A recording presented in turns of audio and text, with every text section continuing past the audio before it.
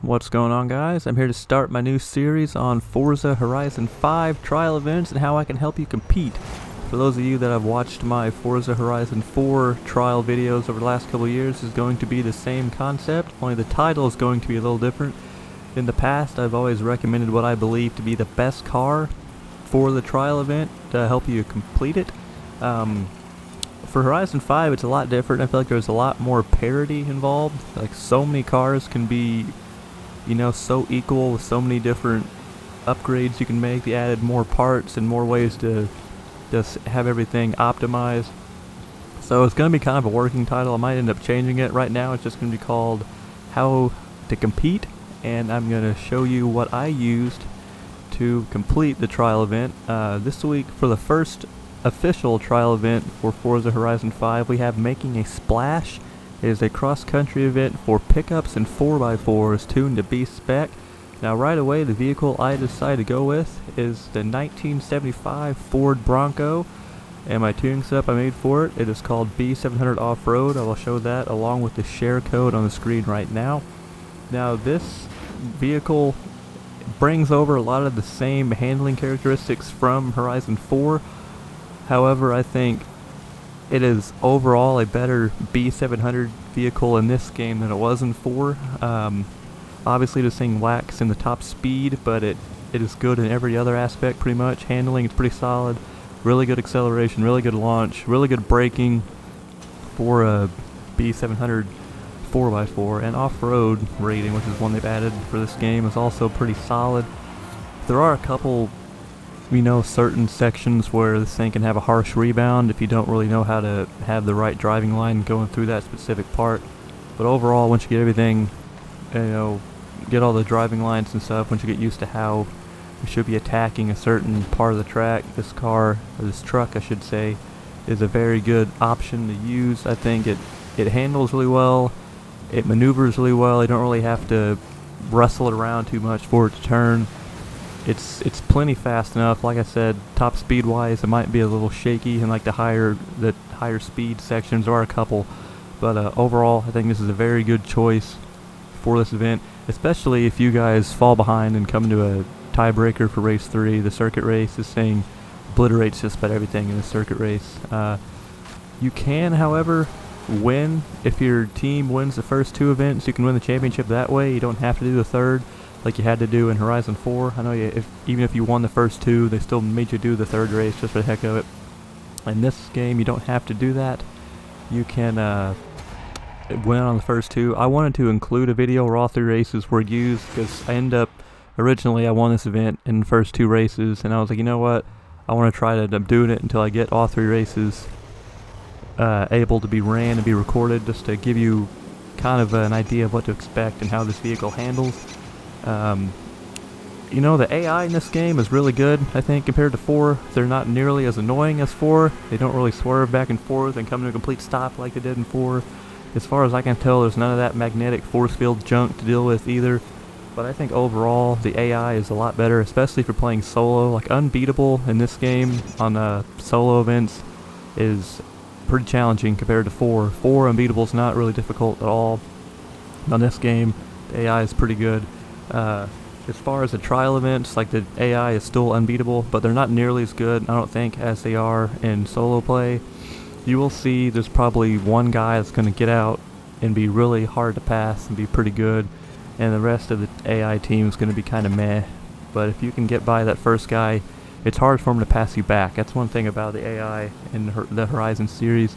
If you pass them, you're probably going to stay out in front of them. It's just sometimes catching that last guy is going to be the hard part, but once you get around him, it's going to be fine.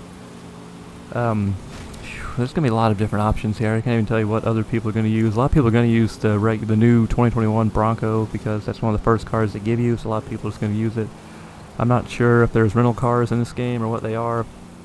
I've seen a bunch of different vehicles being used, so like I said, a lot of parity, a lot of different ways to attack this. Your team might end up being okay. Like in this one, we had to go the third race. Obviously, we lost one of the events, one of the 3, but won the other 2. So I think your team should be okay.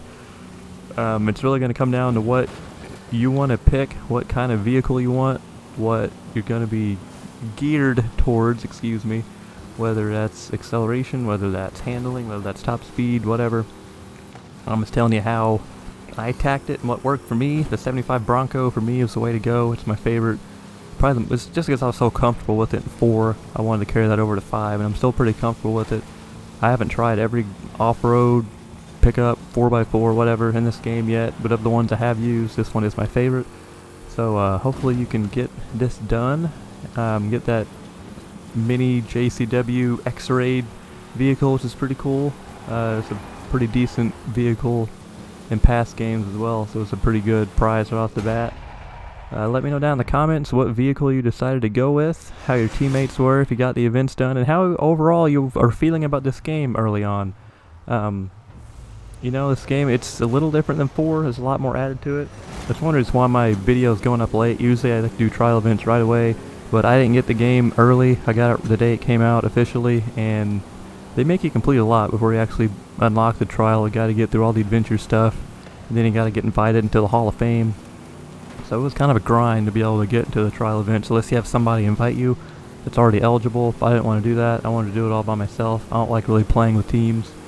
So that's why it's late, but hopefully starting next week I'll have these all out on the day they reset on Thursday. So let me know down in the comments, like I said, what worked for you, and hopefully you guys will come back every week for these trial videos, as well as the remaining Horizon 4 trial videos I'm going to do for at least the foreseeable future. Until then, I'll see you guys next week for the next one.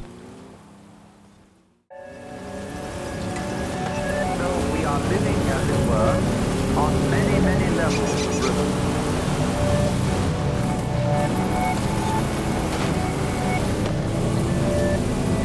This is the nature of change. If you resist it, you have dukkha, you have frustration and suffering. But on the other hand, if you understand change, you don't cling to it, and you let it flow, then it's no problem. It becomes positively beautiful, which is why in poetry, the theme of the evanescence of the world is beautiful.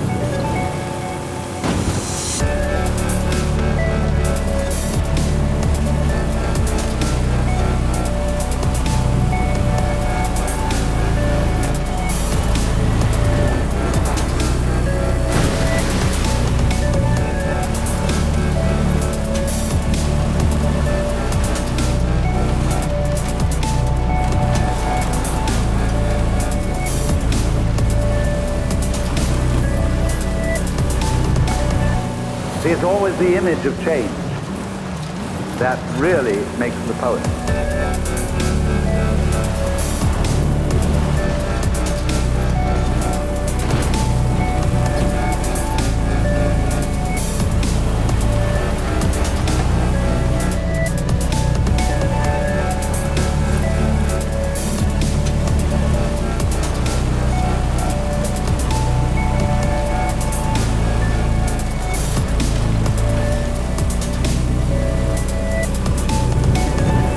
Japanese have a word, yugen, Y-U-G,